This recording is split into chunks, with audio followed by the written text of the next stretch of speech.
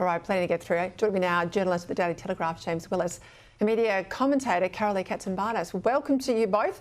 Assessments today of the New Look opposition shadow ministry coming thick and fast. Much of it surrounds the fact that there are now fewer women on the opposition front bench, certainly in shadow cabinet, with a particular emphasis on well-performing Conservative women being demoted or dumped altogether. This point today was put to Susan Lee. Look, I don't want to reflect on individuals and individual appointments, except to say everyone remains important, and the women that you've mentioned are talented and will continue to contribute incredibly well.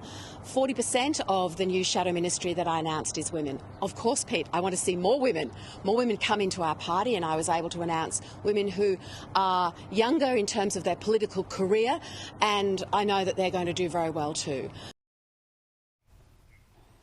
Now, Carolee, Sarah Henderson issued a statement yesterday. She said she was disappointed. I spoke here last night to Jacinta Nampijinpa-Price. She was disappointed. She's been demoted. Claire Chandler, she's been dumped. I mean, no one can accuse these women of lacking in performance or capacity. And I reckon, you know, the fact that they're all Conservative women, it feels like they have been targeted. I might add too that these women who have been dropped have been replaced by women that aren't even elected yet in the parliament.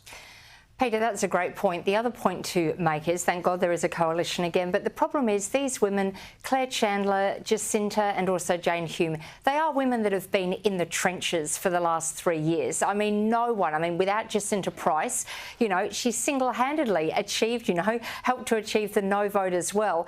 There seems to be a lot of manoeuvring behind the scenes, and my worry is that one could say, well, you get what you get, but you don't get upset. But the problem is, if you are one of those three women, it's no point Susan Lee saying, oh, look, you know, they'll continue to contribute and I want more women to come in. You've got three great women there. And yes, some mistakes were made by Jane Hume and others, but it's a Conservative party. As you often say, you can't be Labor light. These are three women that have proven themselves as great performers. And I just think that, yeah, you're completely right. I think they have been targeted as Conservative women. However, the task is now, the next 3 years, we've got to get to the next election and hopefully present a united front and be the alternative government that the Australian public votes for.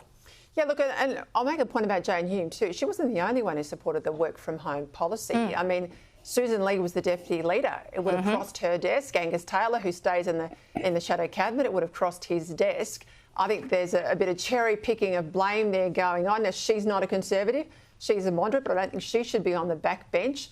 There are some moderates, of course, who do warrant promotion. There's some impressive CVs in a number of those people, but there's also some factional hacks too who I would regard as having very little ministerial merit. Alex Hawke's a good example here.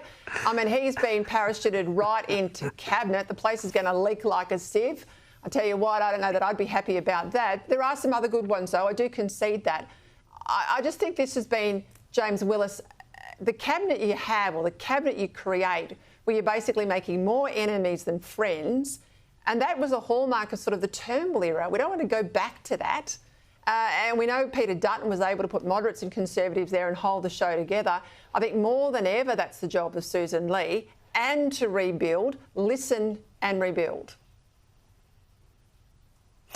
Well, good evening to you, Peter. And I think in the lead up to the leadership contest between Angus Taylor and Susan Lee, we were assured by some of the people that you had shown on the screen that there were no deals, no promises, and there were no rewards for getting behind Susan Lee. I think you're right. I think there are some people that have been rewarded based on which faction they are in the Liberal Party and indeed who they supported to get Susan Lee over the line by a handful of votes.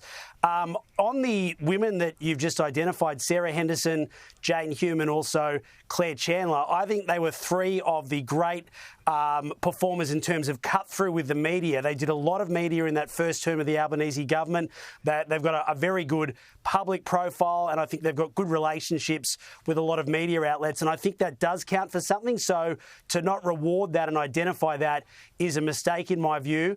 The other issue we've got in New South Wales is, of course, the Liberal Party is such a rabble here. We've got administrators, three very respected senior Liberals that are effectively running the party. But as the days go on. The moderates in particular and some of the senior New South Wales Liberals want them gone, want the power to come back, want the the executive to come back into place. And I'm not convinced that's still a good idea. I think the last couple of years has been such a rabble that we'd be better off keeping a few senior heads in for now and seeing how things play out, because we're far from good at this point in time.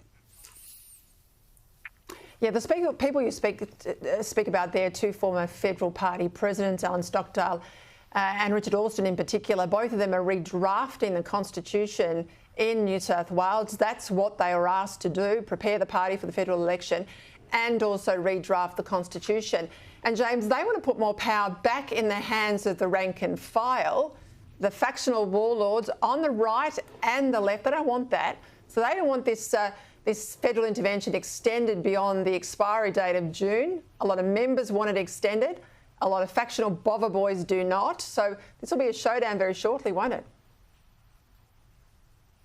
Yeah, that's right. And we've identified that there's been issues with pre-selections, and Susan Lee, I might add, had this issue before the last election or the one before that, I think. Alex Hawke, we know that Scott Morrison took control of all the pre-selections prior to the 2022 campaign. We've also had issues, Peter, as you know, with councils. Local councils have not a single Liberal, even previous Liberals that were just seeking re-election, all got wiped out because the Liberal Party in New South Wales couldn't get their paperwork in on time. And on top of that, you've had issues with branch stacking. That is ongoing. We're hearing stories about all the time. We've brought you a few about Angus Taylor and a takeover by staff in Alex Hawke's office that's been unfolding. So they're a long way from being, trusted to have their house in order. And I think for the time being, we'd be better off in those safe hands, redraft that Constitution and figure things out. But mind you, there aren't many New South Wales Liberals left in the federal parliament, as we know. Keep your ear to the ground. I think this is going to get pretty interesting before that deadline.